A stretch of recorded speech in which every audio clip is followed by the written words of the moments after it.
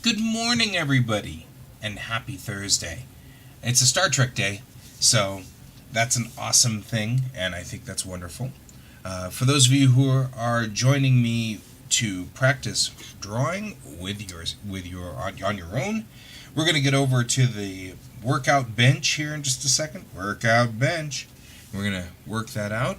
We're also going to be, as you can see, I'm downloading now because it's coming off of the cloud. We're going to be working on Ron Fortier's project as well a little later on today. So we're going to get that working, and in the process, I have an idea for it that I wanted to kind of work with. So that's going to be kind of fun. We were going to work on the giraffe, which I think is going to be also an interesting drawing. So I'm going to work on both of those today. But first, we're going to head on over to the May line, and we're going to work on that while we are warming up. So everybody who's with me, let's go ahead and move over to the May line. Go ahead and, since we're going to be sitting for like an hour, and then I'm going to probably take another break at 1 hour, stand on up. Pop your arms, legs, stretch. Get everything stretched out real good before we get started. Look, it's done downloading. There we go. Head over the main line. So the company that makes this was called Mayline, as in like M-A-Y. And so that's why this is called a May line, although I think this actually may have some very engineering-esque name for it. Probably something like, a ruler desk or something. Bring the microphone over here. Come over here. Get over here. Close that down. So you got the May line. We'll warm ourselves up here on the main line. I highly recommend that folks do this part physically with a real pencil and real pieces of paper. It's good for you. You can do it over there on the digital board if you need to. But, this is only a normal piece of paper, and you just need a table of some sort. You don't need to be at a main line. It's actually okay. I can't ever get underneath my... There we go. We're going to do the same thing we did last time. Put a couple of points in like this.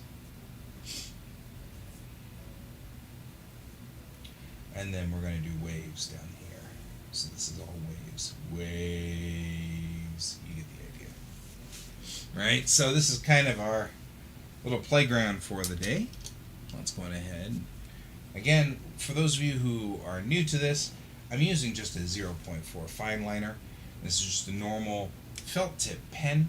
It's nothing special. It's just your average inking pen. You can use Sakura's or whatever fits your fancy. I always highly recommend you get a rather cheap fine liner because you're going to probably burn through this guy. That's why I'm using my uni pen and not my Sakura's for this. Because my Sakuras I use whenever I'm really trying to be serious about inking, and I love my Sakuras. And that's not to knock this particular pen. Some people find this pen to be an excellent pen, and I don't have any problem with it at all. Certainly, I just find Sakuras to be my favorite, and I think that's mostly out of nostalgia. So let's go on ahead. I'm gonna park my main line a little here. It looks like it's moved up.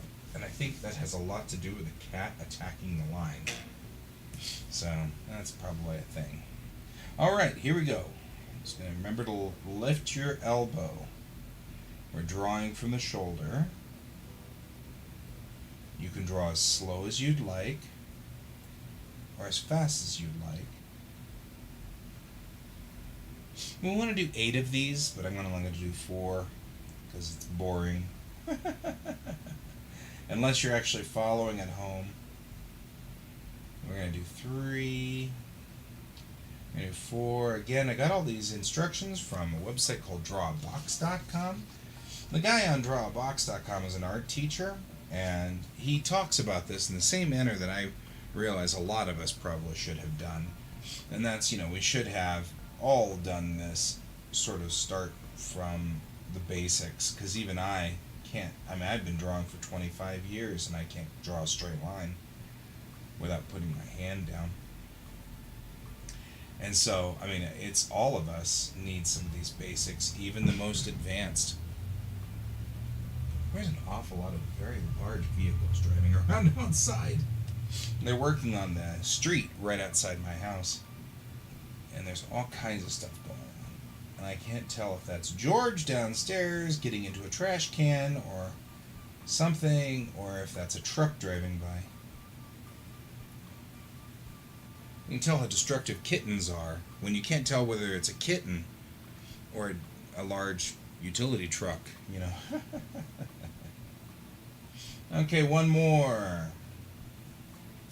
Now we're going to try to do the lines here with this. I feel like this is kind of creeped up over the years. You know what I mean? It was like looking pretty good, and I think it's like oozing this way slowly, I feel like. Right? If I do this, there we go. Get a much better view. I want to be able to see as much of this as possible, even if it is a little crooked. That crooked's going to be hard to deal with. I don't have the ability to rotate this way. So, crooked is what you're going to get. So we'll de-crooked it at some point when I can untape the camera and place it back down. Can't believe this. This camera is only like a handful of weeks old, and I already have spider webs on it. The spiders are very precocious here. Alright. Also, apparently we have tarantulas. Who knew? They're migrating. And they apparently have decided to migrate through Colorado. I don't know. Who knew? Good morning! We're talking about tarantulas, apparently. And during warm-ups here, we're talking about tarantulas and the tarantulas migrating through Colorado. Who knew that was a thing, but that's a thing.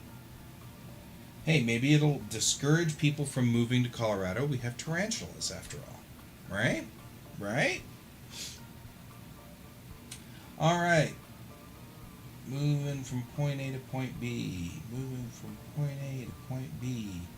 Moving from point A to point B. This is what we want to try to avoid with this exercise right here. We have the line coming here, and then it heads that way. That's, heads up. We want to try to get as smooth to that as we can. Okay.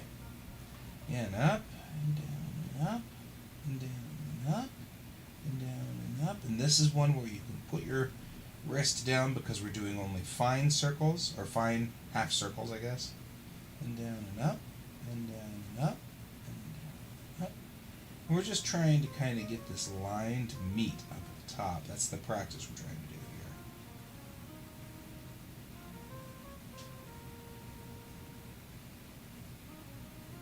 And this is an accuracy thing. We're trying to hit the line right here so that you come back down and come back up, and then you hit into the line again, come back up, and it's about getting the pin to settle into this line. Right? That's too little pressure. That's crossing, so it's too much. You get the idea. And that's what that exercise is all about. We've warmed up appropriately. We're going to stand back up. We're going to stretch, move the microphone back over to the workstation. Make sure we're limber. Oh, hey, that was a great pop in my back there. Okay, now we're going to head back over here. Good morning, Brent. The piece I'm going to work on today is we're going to work on number 5 here, Elio number 5. That's this guy.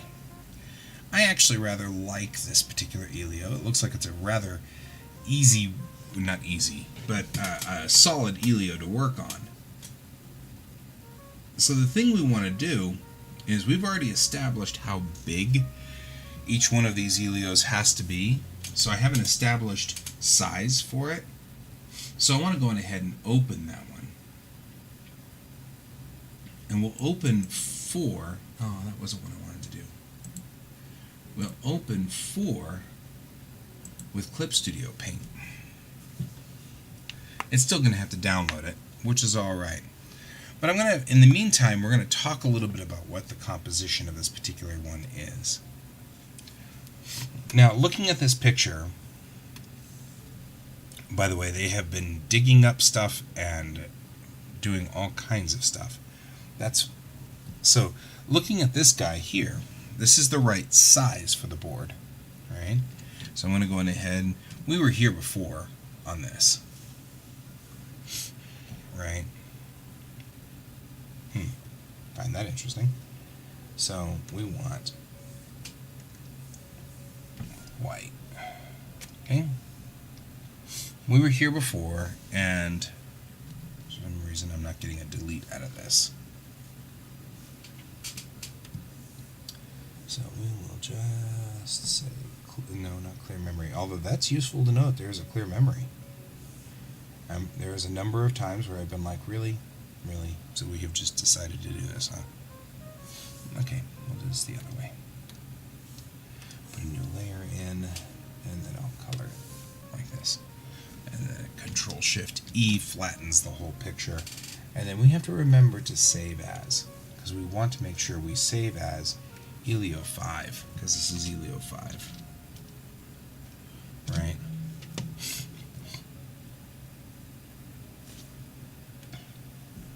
Okay, so now we're going to take the concept board. We've got Elio 5 over here. And so we're going to real quickly flatten these guys down. I'm going to take 5, and I'm just going to copy it, because this is going to be a good start for us. Copy. We're going to paste. And the one thing we're immediately going to notice is that it is a different size, so we're going to have to enlarge it, of course. Deselect. Deselect. It won't deselect until we are at, no, that's fine. Deselect. Now, on this layer, resize. We're just going to bring this on up to the full size. Right here. One thing I have in my time learned is when you have full body portraits, don't be afraid to cut pieces of the picture off. It's okay. Put the action in the center and make sure that that's what's going on here. So I'm going to add a layer, come in right here, put in another layer. Okay. Now this was just a sketch. So it's just telling me sort of what I want to do, right? I've already found, for the benefit of this, open a new window, I already found a picture that I kind of liked, that I wanted to kind of think about as a setup and a layout for this.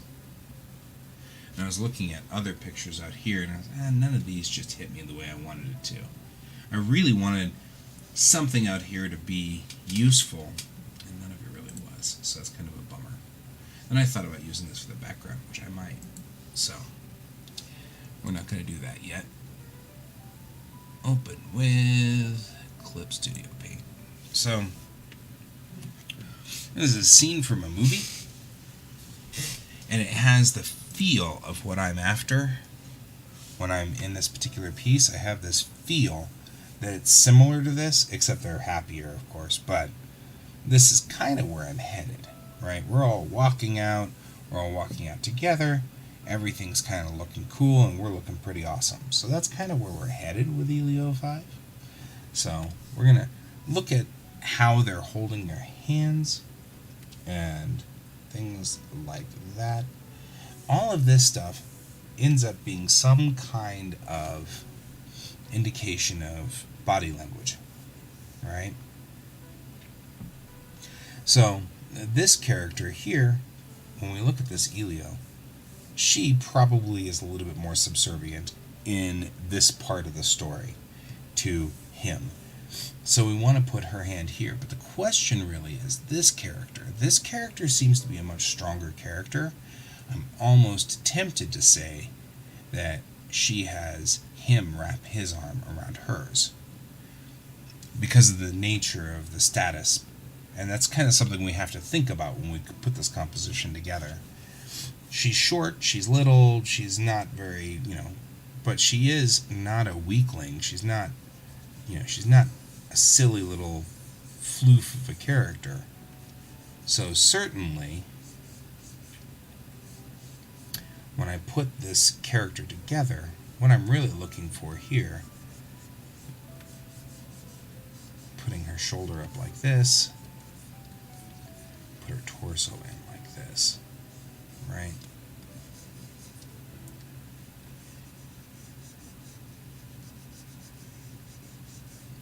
Put our arm through like this. It's interesting because body language reads. So whatever we do with body language, we've got to make sure that it reads well to our audience so that whenever they come up to this picture, they can say, oh, okay, I get it now. I see what's going on. But everything has to be intentional. Right. Like, almost tempted to have him looking at her as she flips this around, right? And makes him put his arm in hers.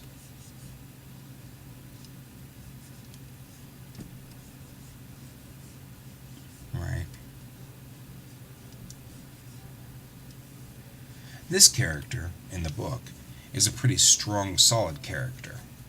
So I feel like this could be one of those things where she's making a shift in the way that these characters operate together. Right? Whereas this character is still kind of doing the, he's pretty cool. She hasn't learned about him very much yet.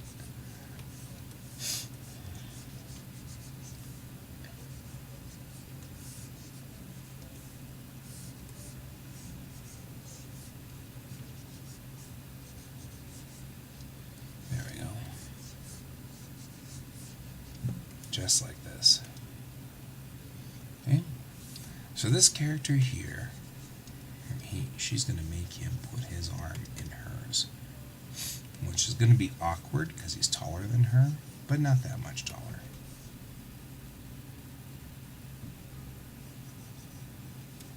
And actually, this sketch is really pretty good and solid by itself.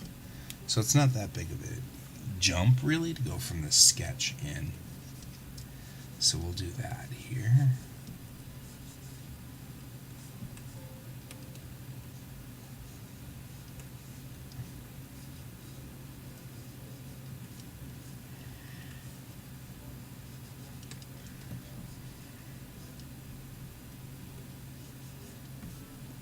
There we go. And this book is very steampunk.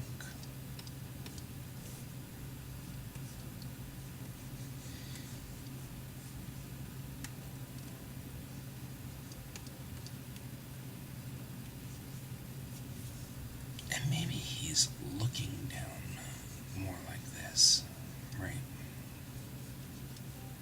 And she is literally putting him in his place.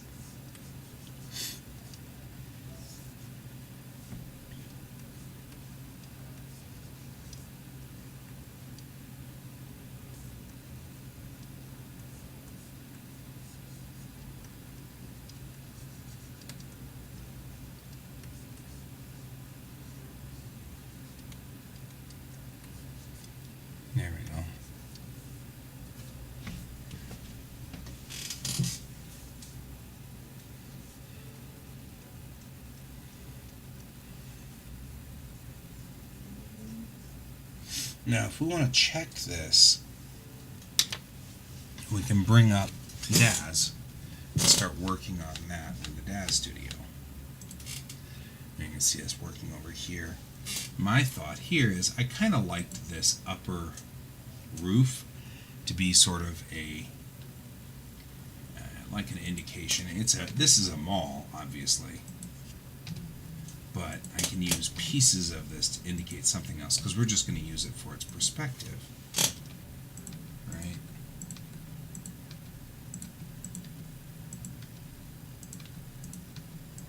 So I'm just going through here and wiping out all the other pieces of this mall because we don't need it. We're going to pretend like this upper zone here is the canopy of a pirate ship.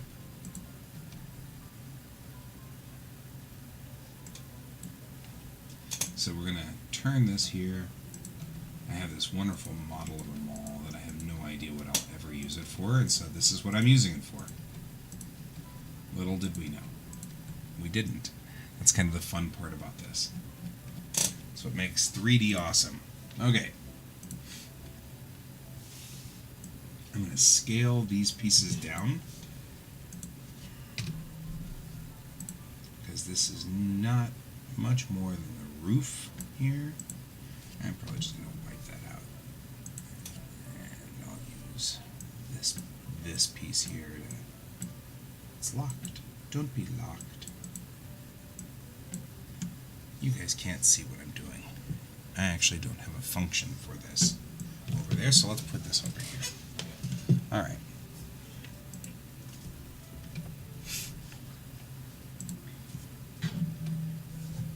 So what I have done is, oh man, I hope all these are not, yeah, okay, good.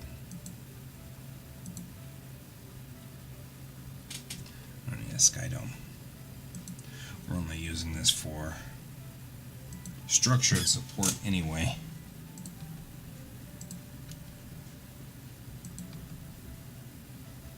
All these cameras. They're a pretty serious set.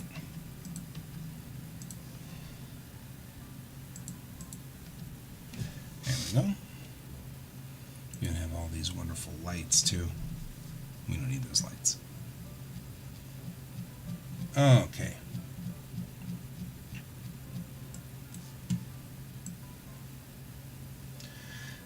Sigh. We have all these things that need to be dealt with. Okay, so what we're going to do is this. We're going to rotate this 90 degrees. We're going to place it right above here.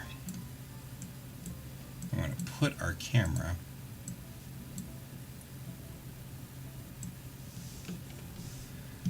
There's a secret to DAZ for all of you. This button right there is a beautiful button. That puts you at center of that. Alright.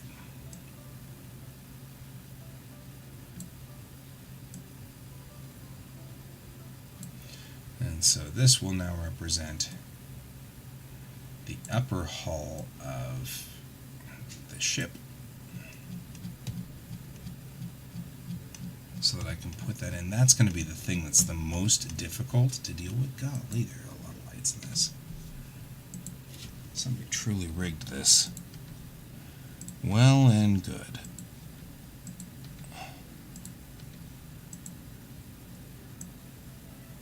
And use this as the simulacrum for the doorway.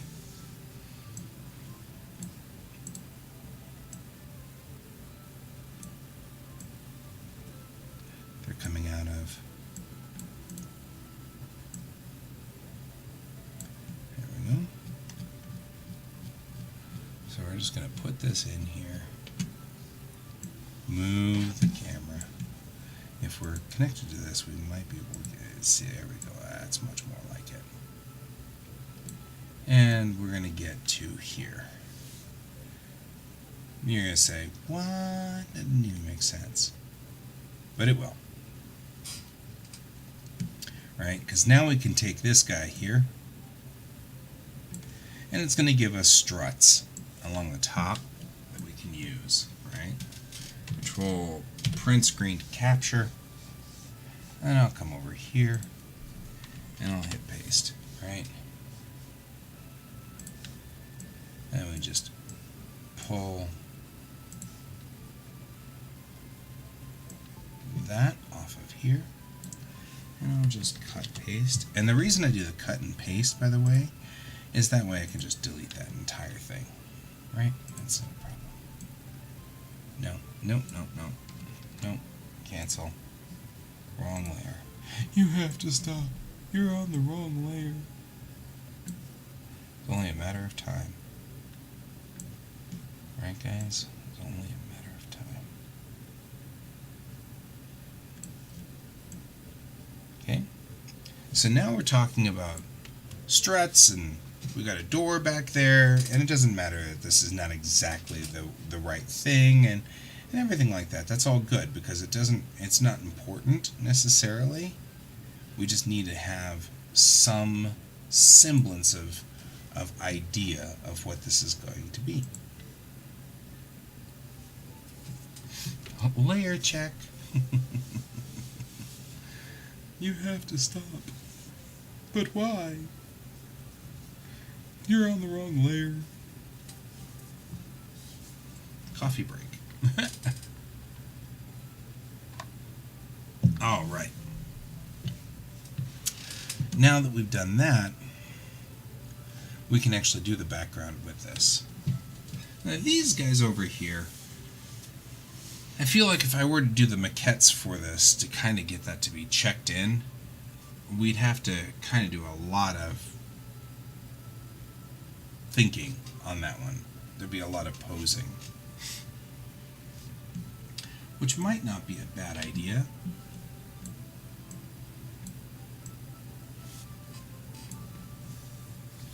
You know, maybe let's go on ahead and talk about the pose. And, you know, checking the pose is always very useful. Where are all of my people? Where are all of my people? Let my people go. People. Right? So I usually use Genesis 2. Watch out, Barbie dolls ahead.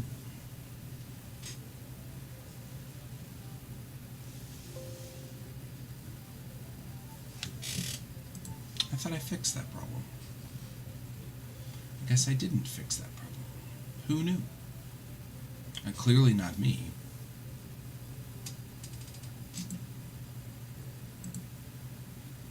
Alrighty. No idea where she went. She's somewhere. There she is. Alrighty. We'll move her into the right spot. I'm just zooming out. Because they're all going to beam in over here.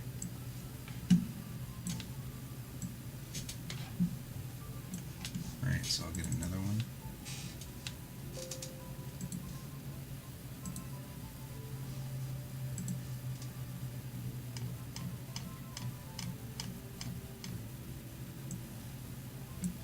Alright, and we'll get a male.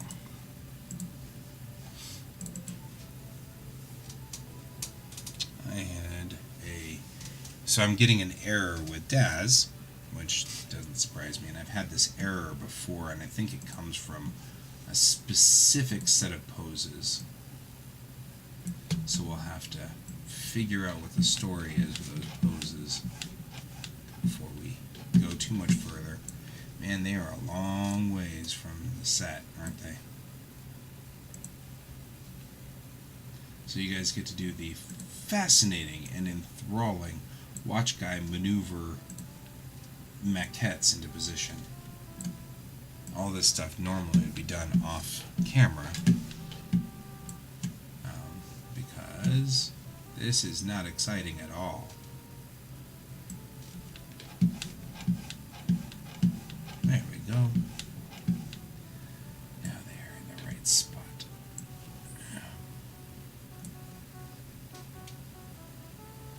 Oh no, my mouse has decided not to show up. That's going to be fun.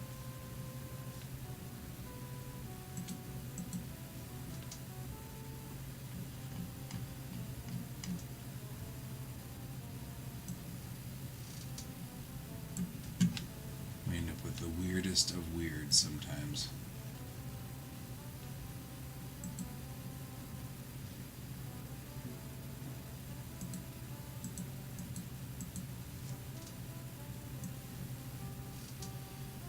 Alright.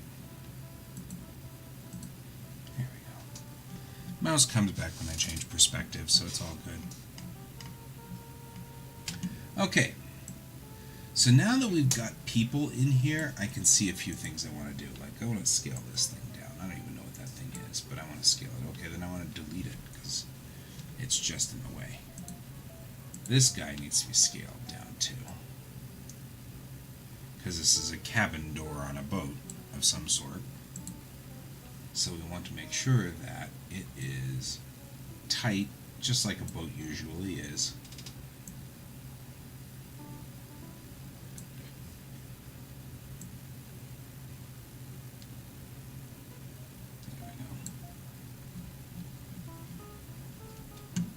Just like that.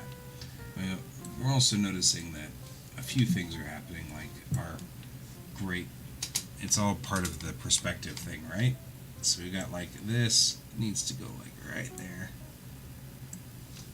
And then we need to talk about whether it needs to be bigger or not. Like that.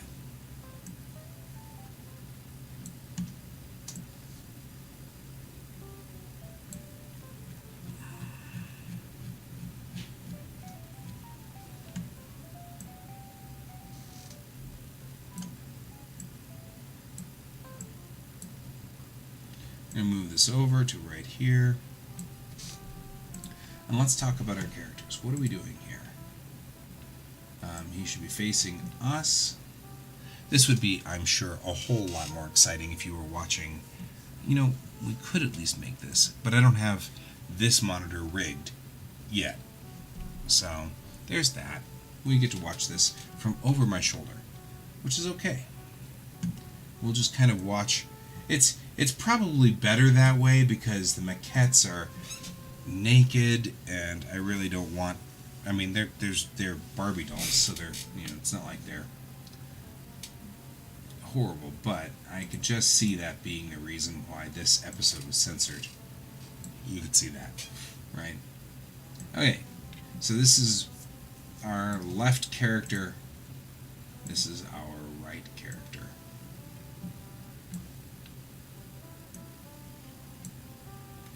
Our right character is very youthful and young.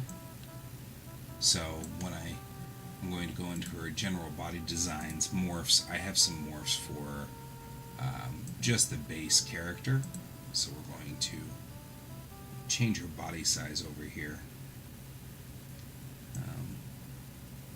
That's not the size that I wanted. I want her to be smaller.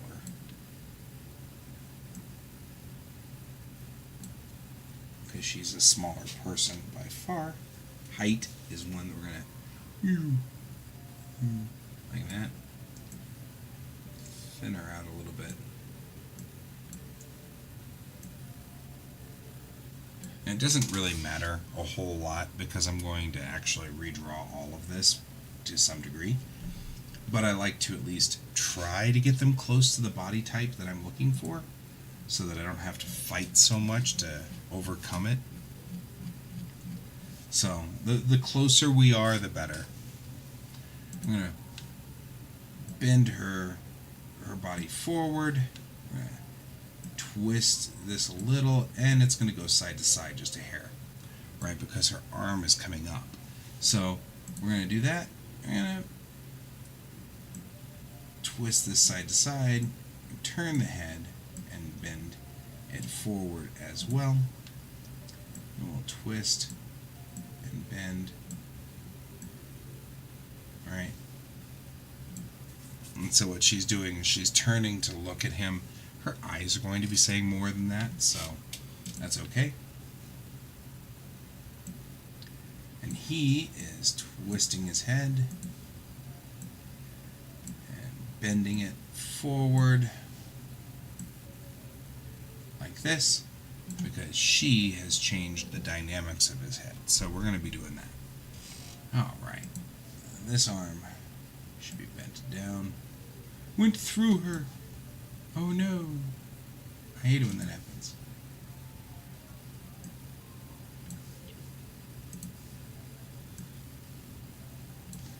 My arm passes through people. It's very disturbing. Right? So, I'm going to bend this arm down. And this is where we need to twist the body just a hair. This is quick posing 101. Right? I'm going to go through her left shoulder. Bend this down like this. And then we're going to go to her left forearm and we bend that all the way forward like this. We'll have to get close here to make sure that it all works. What's funny about this is that so much of what we see is we perceive minor imperfections. So if I don't do this correctly the first time, it's going to be pretty obvious.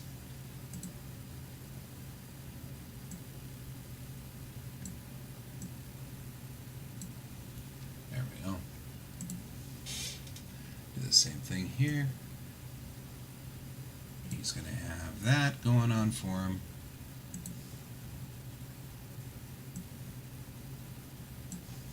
Right, so we've got her going for this already. And you'll see that when I do this pre-pose thing, it'll actually take far less time than had I drawn it. And it will look better.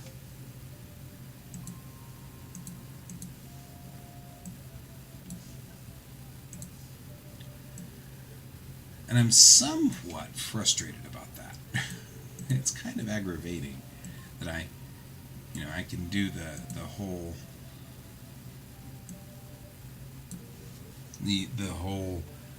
sketching it all out and everything like that, and it'll still come out better if I just do this. And it's like, oh, that's so brutal.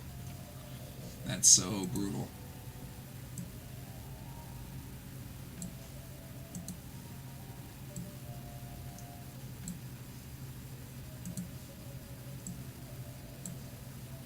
But it works.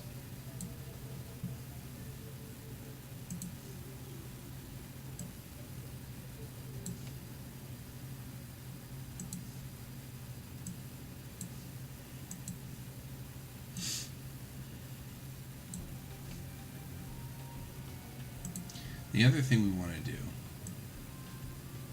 is we want to make sure that she looks like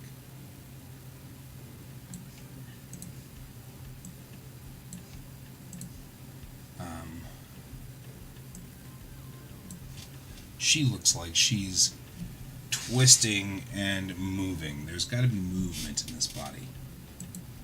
So I'm going to twist it like this. Twist her head back and forward because she will be looking down.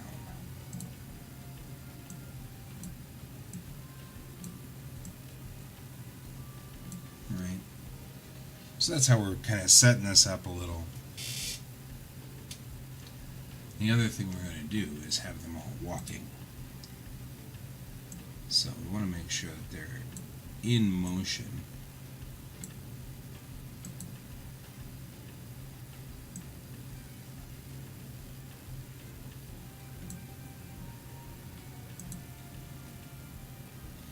Which is what the picture, the pre-pose picture is delineating, right?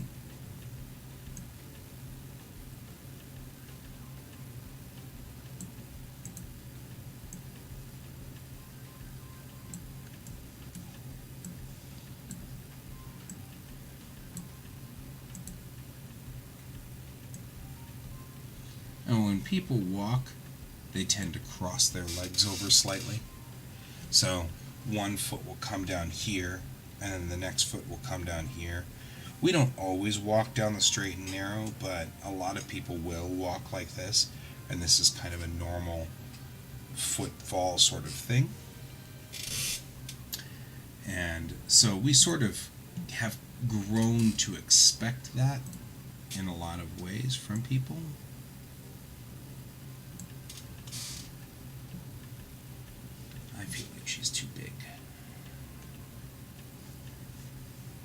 So we're going to bring her down just a smidge.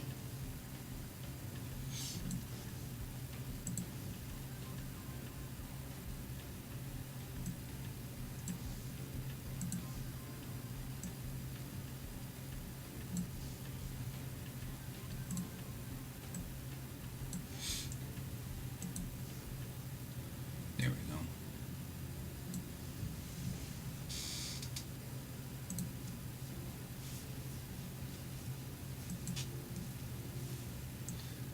I'm going to actually get her a little closer here. So we're bringing in this arm. There we go. Bring it up. Not the most exciting, but we're getting closer to the end here.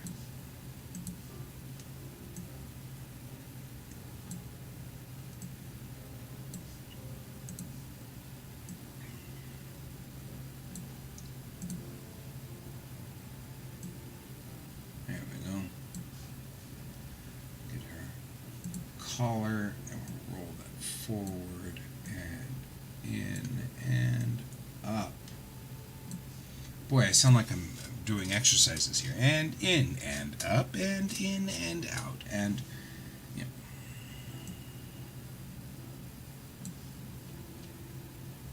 The maquettes don't move as well when we get into the sort of trying to get them to move in a reasonable way for this sort of thing, so it's a little harder to get these guys to do what they're supposed to do.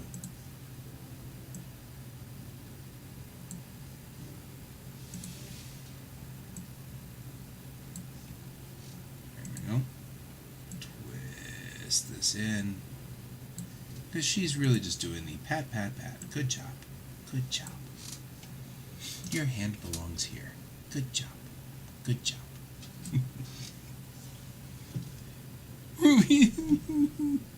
Oh, that's funny. I find it interesting that you find this interesting. I'm not saying that this isn't interesting. I just would be not as... I don't know if I'd be excited about this or so. I guess that's not a fair word. But I would find this somewhat... I don't know. Okay. What we've done here is we've just sort of set up this rig here. Okay? I want to move this leg back. She's walking after all. The other reason that we walk like this, by the way, is because most of the time for the walk cycle, your foot and all of your weight is on just one foot. So as soon as the foot moves under the body, it can't be over here. You topple over to the left. It's actually one of the reasons why people, when they're drunk, tend to topple, is because they don't put their foot directly underneath them. They put their foot to one side and then promptly collapse to the other side. So we're going to have the foot kind of doing this. Even if the foot itself lands to the side when we're here, it will ultimately have to move back to dead center. So to make walking look realistic, you try to put as many of the feet motions underneath the body, underneath the weight of the body.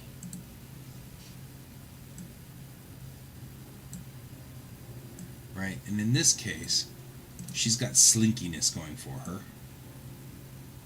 So I'm going to take that and move her hips over as well.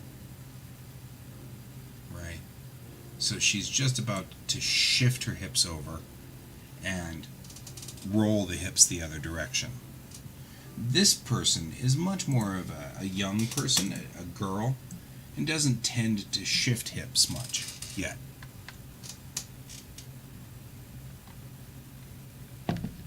So the character is young. Okay. Now what we've done is made a very big mess of this stuff, because now all of these characters need to be placed, but can't be because of the nature of things. So what we're going to do is I'm going to attach, and I know this sounds just really weird, I'm going to attach the two girls to the guy. Now, when I move this guy, all of them move. Since I'm done with the pose, I don't want to mess with the pose anymore, right? Now I just want to have this set up the way I want it. So we're going to be putting this like this, and we're going to do this. They're coming out of the room. Now we have the pose we're looking for right here. So, control print screen to take a snapshot, and we're going to have that same kind of bizarreness here, guys, because we're actually going to dump this screenshot now that we've had it here. We're going to do control paste, right? I'm going to deselect again. And I have lost my mouse. Really don't know where my mouse keeps going. I have too many screens, which I know is sacrilege. But I don't know where my mouse went. Okay, we're going to go this way. There we go. There's the mouse. Okay, excellent. We're going to take this guy, and here is our... Okay, all of you people, it's time for you guys to be adults. Cut, paste. Take you, delete. We take you, and we bring this up to the right size.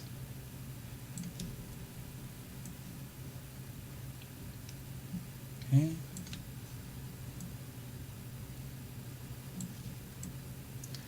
Now this entire piece is supposed to be about...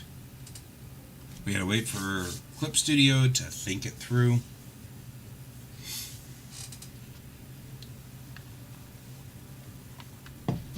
Alright. Now we have what we're looking for the picture.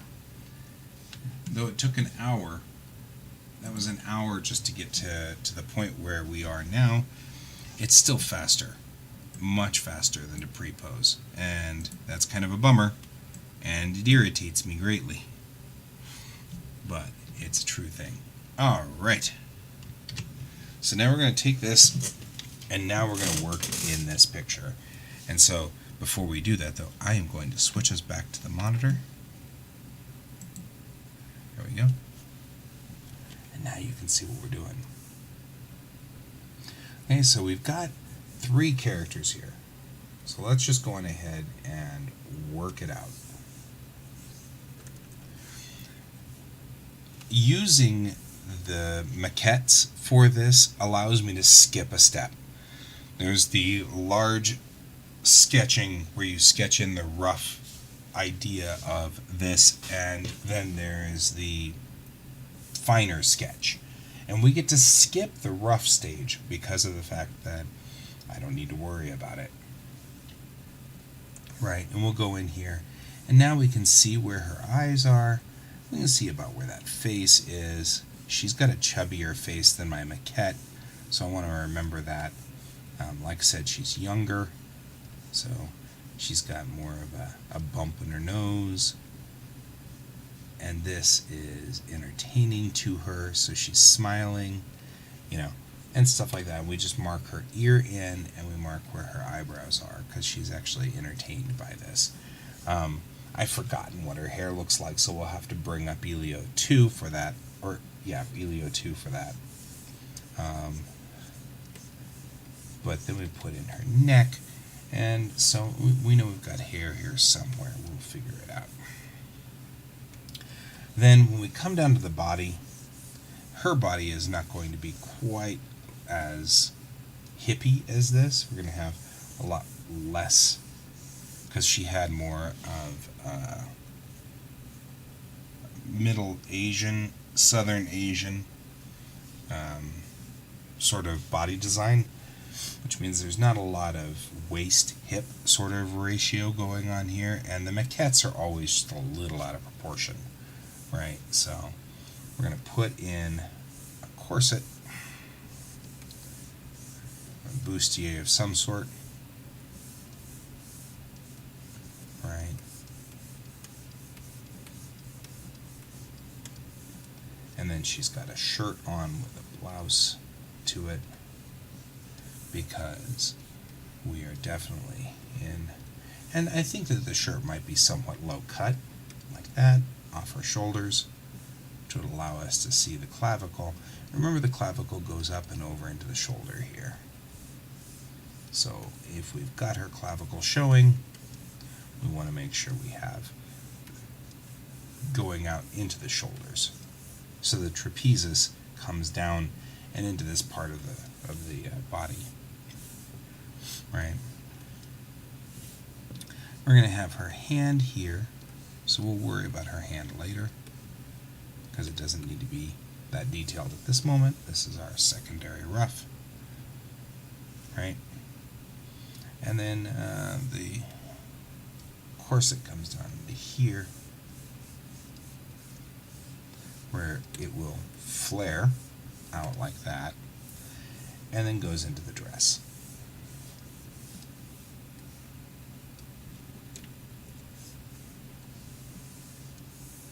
Which should follow her hips much better than I am doing, apparently. Girls don't have a lot of flare in their dress, which this is kind of important because I feel like she's younger by far than the other character, whom I kind of get the love interest feel of, not the girl, but the other character.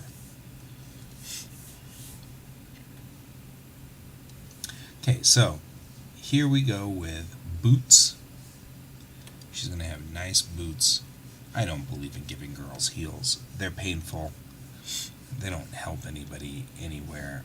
It's just designed to make a girl suffer, in my opinion. I have a very strong opinion about high heels. I mean, it's not to say that I don't think they look lovely, and if you want to wear high heels, more power to you. But I feel kind of like high heels were always sort of something that makes people uncomfortable, and that doesn't seem like fun. So, okay, our dude over here, he's got the spiky hair still because he didn't get a haircut, and I remember him having very spiky hair. But he doesn't have the goofy things under his eyes, so we'll have that here where he's like, wait, what? And then we give him, make sure he has a solid brow, and we're giving him a strong chin because he's a manly man, and he looks just like you'd imagine him to look. So we'll give that sort of coming in there, and we'll go through here. So he's wearing a vest, so we know that he's wearing the vest thing he can wear. And we're going to run that through like this, right? He's got this vest on and poofy shirt. He's got a poofy shirt of some sort. And since this is a formal dinner that they're going to, the vest is closed. He'd probably be wearing a jacket and an ascot, which is right here.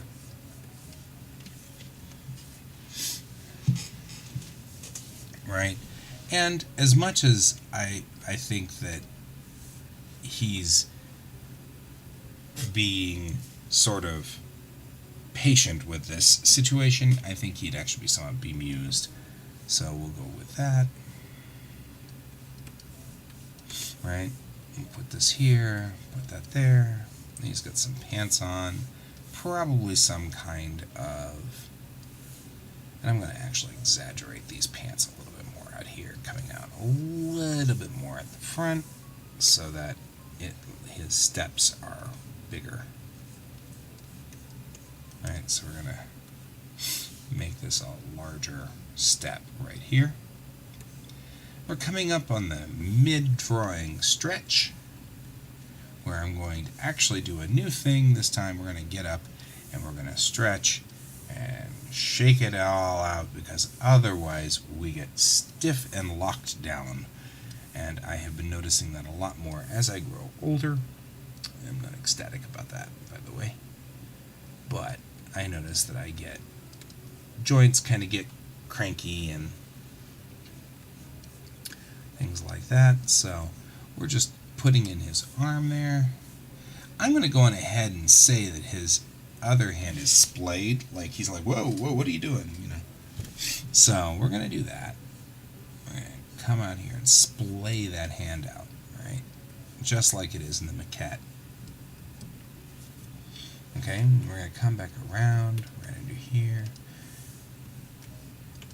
I might put a jacket on him. He looks a little underdressed for a social dinner, so we'll have to see. Now, she's going to be she's patting his hand. No, that's nice, dear. It's fine. It's fine, dear. Alright, so we're going to come up here and do this, right? And her shoulders. She is the adult, so I'm going to put her in more risky outfits, right? She could have, theoretically, a bustier.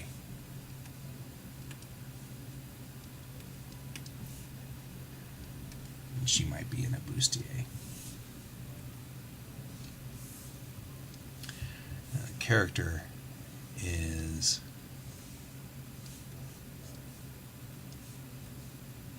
in this case,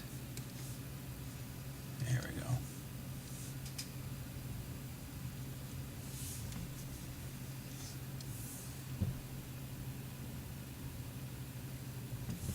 And you'll notice I pushed out where the maquette wasn't pushed out. She's smiling. Right?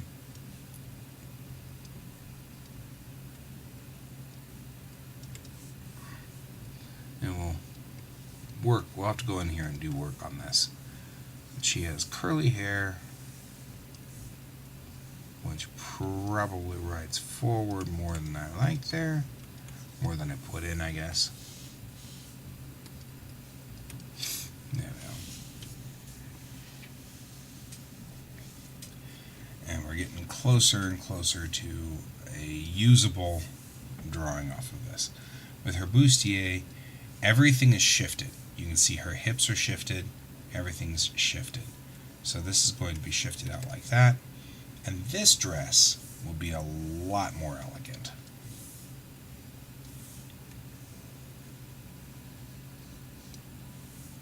Right? And if any character was to wear high heels, it'd be this one. She's the one who's more into the look than into the comfort level. Okay, so now we're going to then talk a little bit about this, but first, everybody should stand up. Going ahead, it's been an hour. Let's stand up, and we will stretch. Oh my goodness. We'll stretch. Oh, there we go. Make sure everything is loosened up. Everybody should do this. I'm going to real quickly run over and, sadly, find I'll be right back. Don't go anywhere.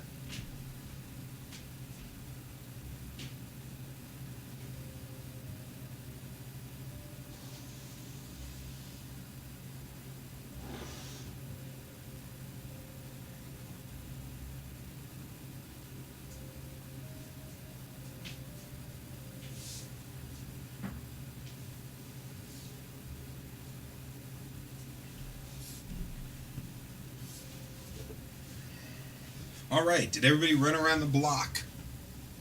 That was sort of what you were supposed to be doing while I was out. You were supposed to be running around the block. So, there we go. All right. So, back at the workstation. So, we will be here, and we're going to put in now this upper deck. Right.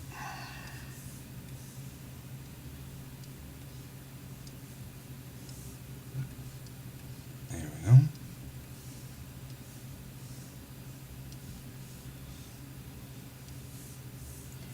So we're just going to trace in exactly where this deck told us to be. And unlike with maquettes, which I may or may not follow, depending on how I feel about the pose, this one I want to be as accurate as possible because I'm too close to see if I wander off the line. And so I don't want to risk,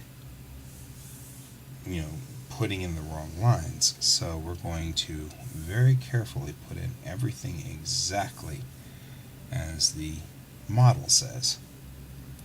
And this gives us the ability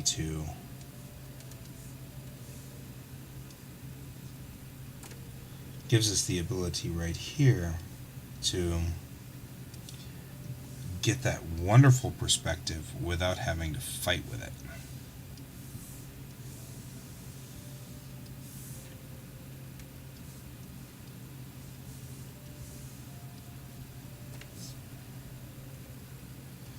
There we go. Just like this. So we're just putting in that structure above their heads so that we can make it look like the struts of a ship. I won't change that to the struts of the ship until we're at that stage, and we're not quite at that stage yet. But you can see how useful it is to have exercised doing straight arm techniques here.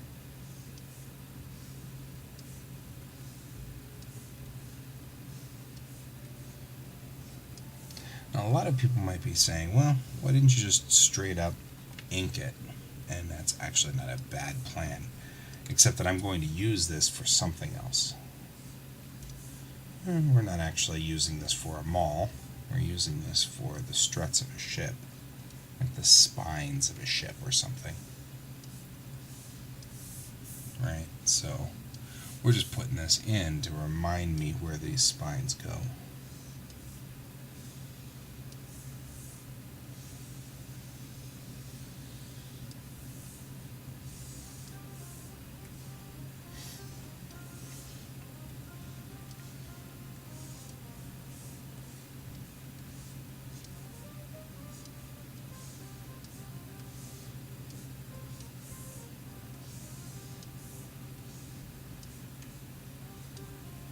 Alright, now that we've done that, we're going to also bring in that doorway behind them, which all I really did was just put in some straight lines to indicate that there's a doorway here. So I can do this with it. Right.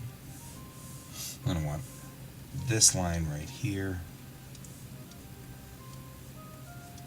so we can kind of follow the linear progress of the ship here. They are not on a boat at sea. They're on an airship. So really we're looking at some kind of metal structure. Something that holds the ship together, but probably isn't straight up wooden structure. It's probably metal or metallic of some sort. So we don't know what her hair looks like yet. So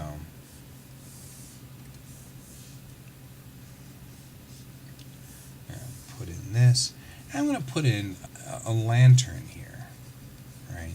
I'm just going to follow the struts here, and we're going to put in a lantern hanging from a structure here on the wall.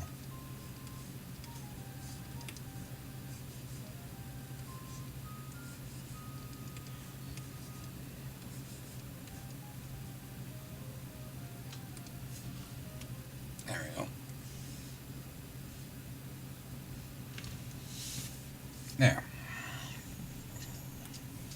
Now when we pull all of this out, we have a pretty decent rough sketch.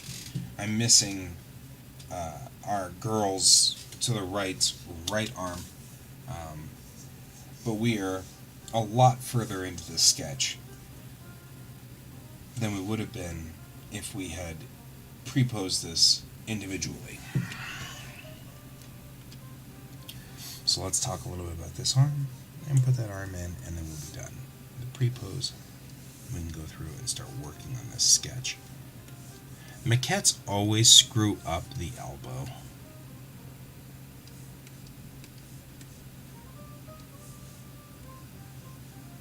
Right.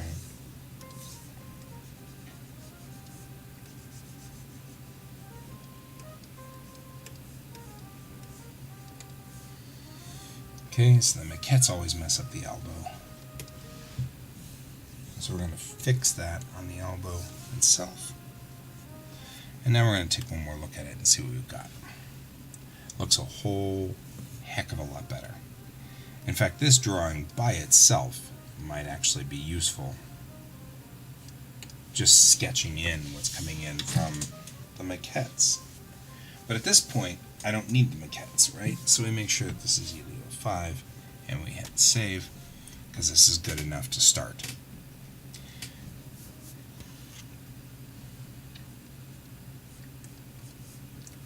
Now I'm looking at a corset here, and I'm thinking that even though I had said she wasn't very wide through this part, I'm thinking it actually kind of looks unpleasantly, difficultly wide.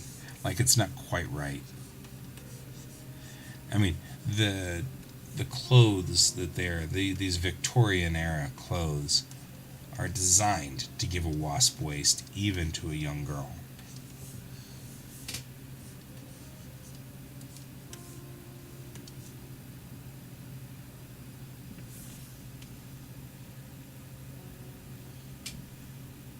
You're working as well. That's what we do. We work together. And that is totally fine. And you can get up and move around. I think we all should get up and move around once an hour, if nothing else, just because I'm discovering how damaging that is to our bodies in the long run. Even if it means getting up with your headphones on and continuing to talk to the client, I actually will get up and make my phone calls and wander around the house. It is much better to do that, so that is a thing. So there we go. Okay, so we're looking at this picture now, and I'm feeling pretty good about this sketch. We're going to have to go back in and personalize it, but the sketch looks solid. We'll go ahead and bring up over here the masters.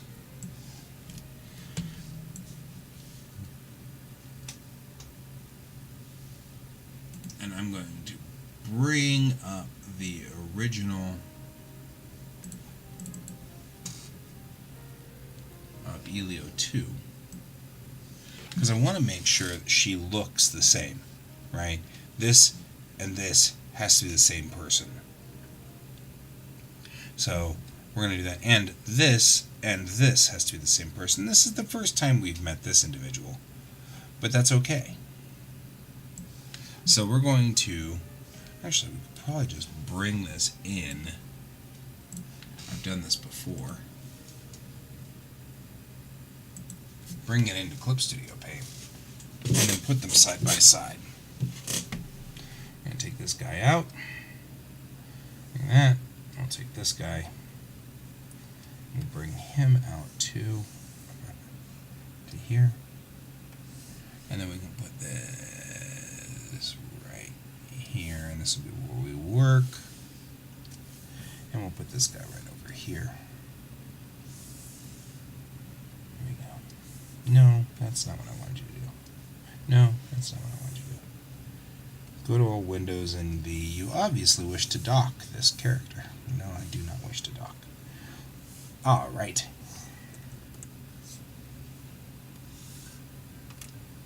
Now, let's get in here.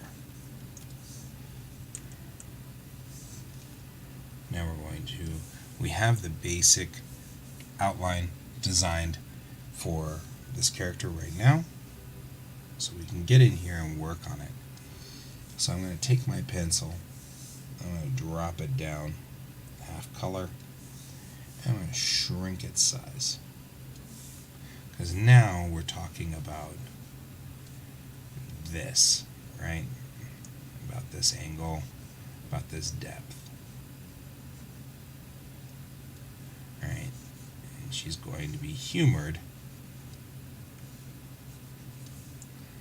by this development that's going on right over here.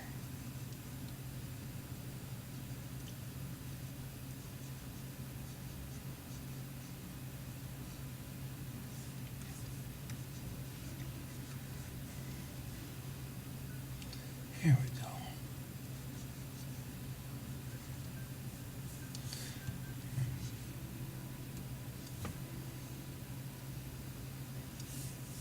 The thing about smiles is what they do to the face. They change the dynamics of the face. So she's smiling, which is going to change the dynamics here.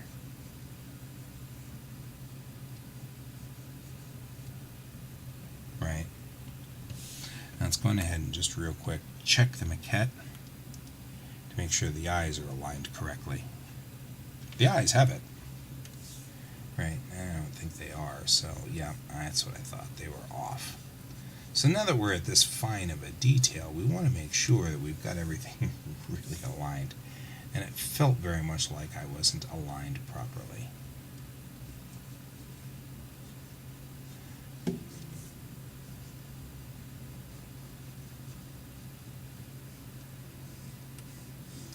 You can see now that makes a big difference as to where this eye is. And then we can go ahead and do it correctly and get that cleaned up down here and get this cleaned up over here. Right? Okay.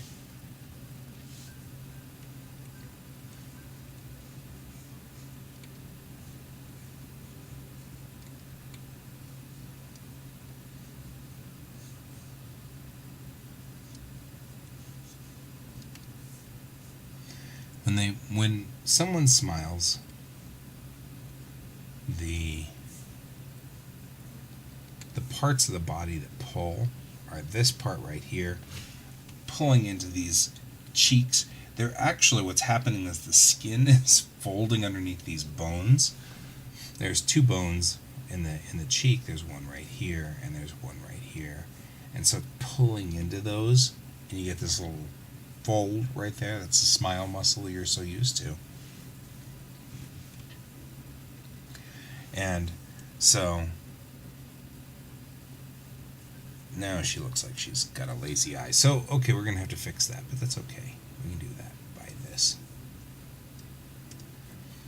And then we're gonna, she has the epicantral fold that we talk about with Asian women and Asian men. Asians in general have an extra fold. It's one of the reasons why Asians always look young, even when they're in their 30s or 40s. They'll still look like they're 16 or 17, and it's because we trigger in on that the lack of fold up here. The number of folds that you have on your eyelids indicates your age. So it's one of the reasons why people will often, in makeup, try to cover up as much as they possibly can up there by making this all shadowed. But Asians, of course, that's already folded because of the epicantral fold. So that fold covers up all of those folds up here. But it's very important because this character is Southeast Asian, and that she's young, that we don't have any extra lines up here that would make her look older. The moment those lines are in there, she looks much older. Instantly older. It's a fascinating thing. We're, like I have often say in my show here, if it could be the difference of one line. And in this instance, one line indicates instantly that she's older.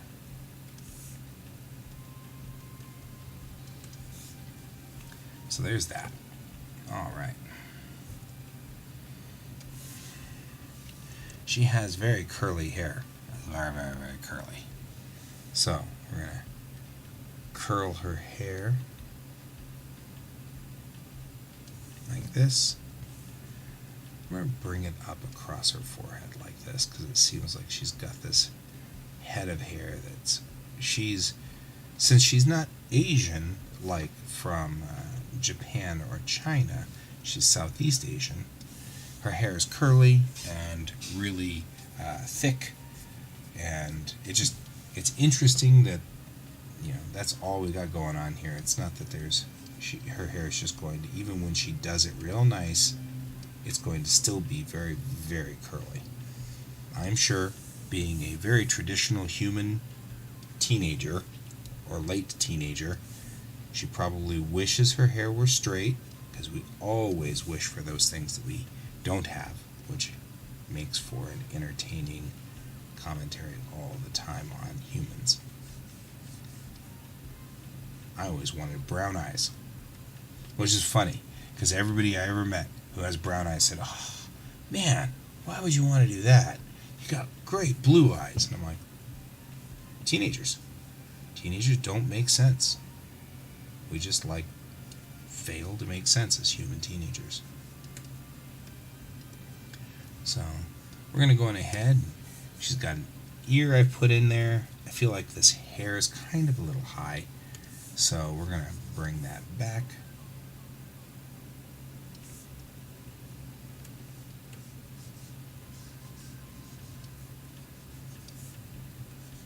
Bring it down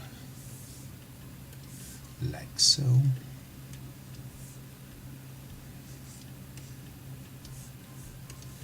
There we go. It's not going to help any that she loses a lot of her chubby cheeks by smiling.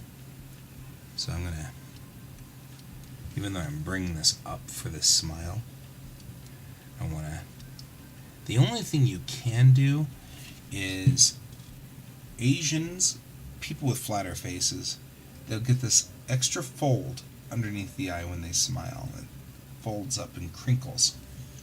Has a lot to do with the fact that the cheeks are not planes that move back like this, but they're planes that are flatter.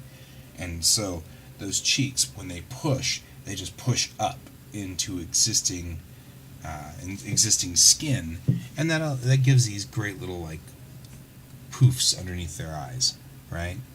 We'll go through and fix it in a minute, but I want to make sure she's got that so that we can give her little cute little cheeks, because she's got chubby cheeks.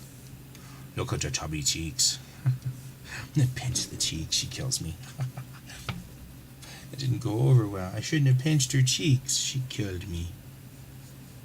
The character is actually not a pushover, so as much as I'm sitting here going, "What a cute little chubby cheeks," she really wouldn't put up with that too much, I don't think. So there's that. We've gone a long way from the maquette at this point in time. So you can kind of see how, even though I used the maquette to get this started, I really only did it to make this so that I can get into this pretty well here, and not really. It's a kind of a far cry from tracing. So kind of go there, and everybody's like, "Why are you so worried about that?" Because that's actually what I was thinking. I was like, I'm tracing.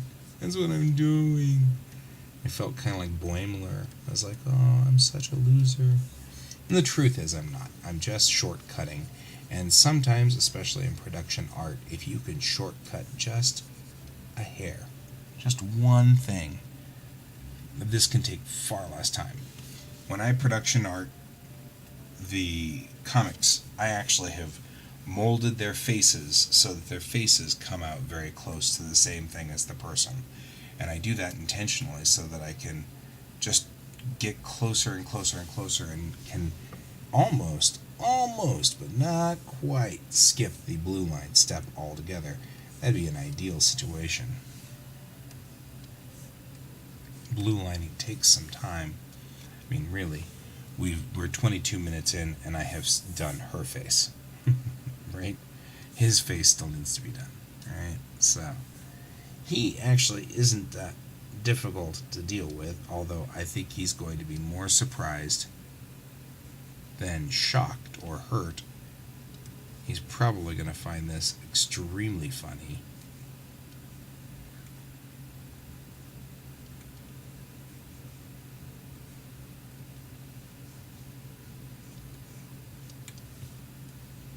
There we go.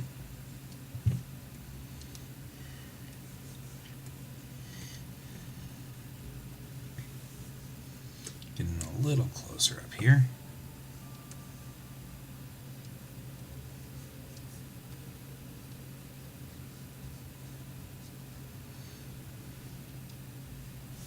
Men's eyes are always smaller than women's.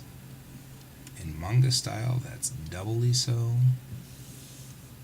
So what my maquette tells me on what the eye should be is nowhere near what the eye really should be. It just shows me an XYZ coordinate. Where on the page is this guy's eyes? Are these guys' eyes? I guess I should ask.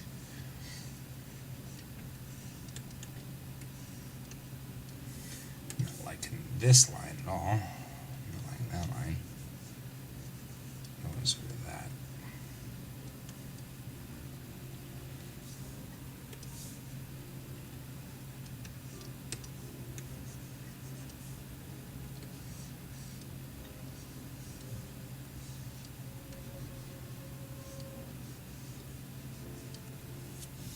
All right.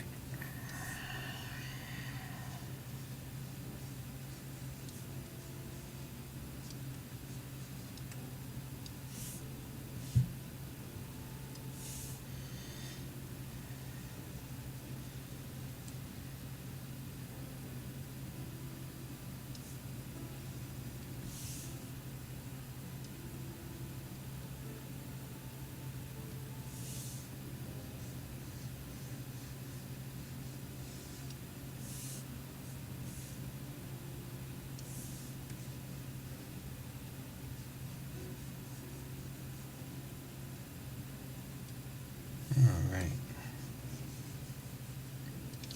There we go.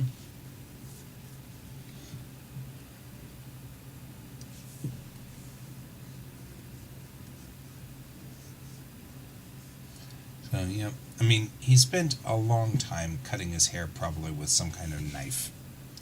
I mean, to be fair. So, I wouldn't put a lot of faith in that particular thing. Now I'm looking at this and I'm feeling like her eyes are crossed. So this is where we've got to kind of go out and then go in.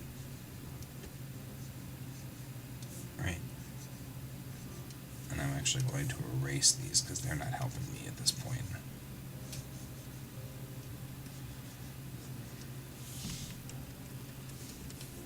There we go.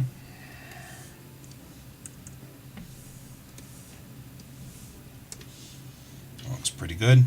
These two look like they match to some degree. And that works. All right. Oh, man.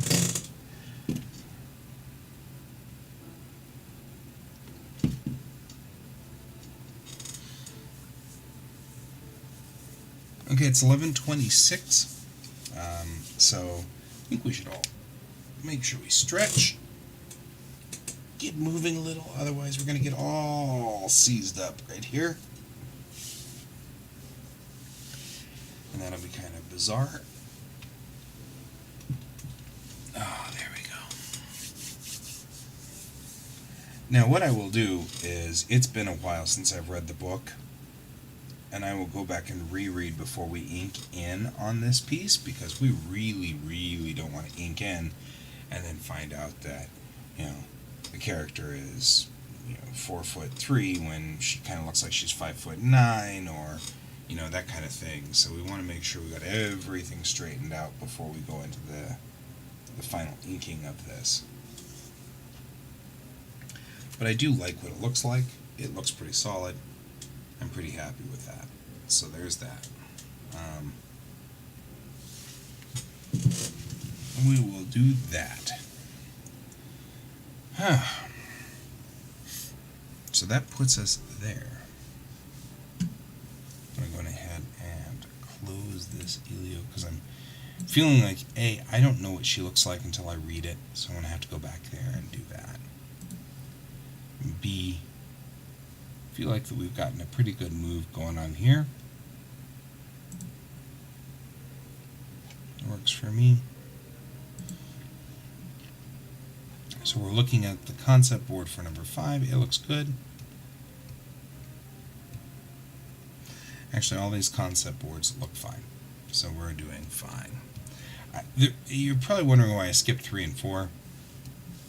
3, some part of the back of my head is saying I have the wrong scene.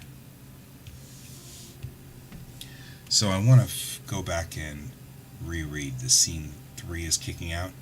4 is going to be fun, but it really does need to be sort of posed, otherwise it's going to look really flat, so I don't want to mess with that. So there we go, that's where we are on those two. So we were working... No, I don't need this. I'm working over here on one of the ships from the Bellatrix Rising, so we can work a little bit on this, but I actually think I'm probably not going to, because I feel like we're kind of at a good stopping point here for all artwork at the moment. One of the things I want to do next week is start rigging up and planning ahead on my sheet here, planning ahead on how to deal with each one of these. So a number of things need to be on here. I'm noticing that our game is not on here, Brent. It should be on here.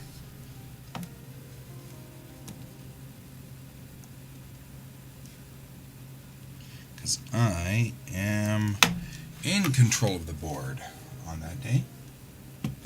So we want to make sure that happens. So, alrighty, everybody. I think I'm going to go on ahead and call it early. It's only 30 minutes early, and that's just because I'm at a good stopping point, and I feel like starting a new project at this point would mean that we get halfway through it, and then that'd be the end of it. And everybody would be like, but you only got halfway through. And I'd be like, I know, I'm sad. So, okie dokie. So, there we go. I will see you tomorrow. Have an excellent day. Go enjoy watching Lower Decks, because it's on CBS All Access, and I know some people are kind of bummed about CBS All Access. Yes, October 4th is the first game day. That's actually where I was down here on October 4th.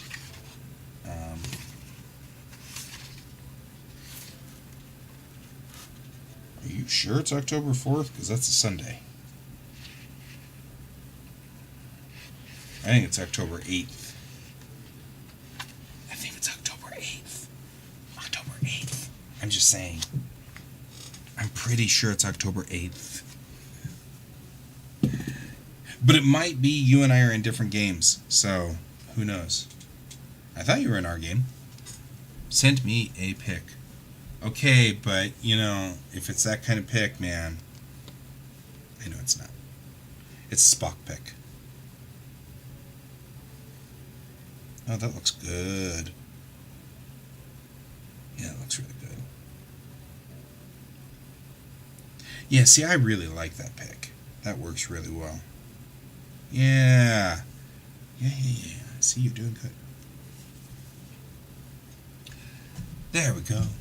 That's also important because if you want to watch this game, it's going to be broadcast on Geek Tank Thursday night, October 8th. That's our Star Trek game that we're doing, and I will be actually guest GMing that game, which I think is kind of fun. So you can join us there on that one. That'll be great. In the meantime, I'm out of here for right now, because I'm going to go do I don't know what the heck I'm going to do. I am completely shiftless all of a sudden. I just ran out of shift. So there you go. It happens. It happens to the best of us. And so, okay, guys, I will see you all tomorrow morning.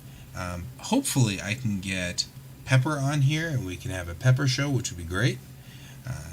If not, we'll continue on with where we were. So, have a great day. Have a wonderful Thursday. Keep your eyes on the stars. Goodbye.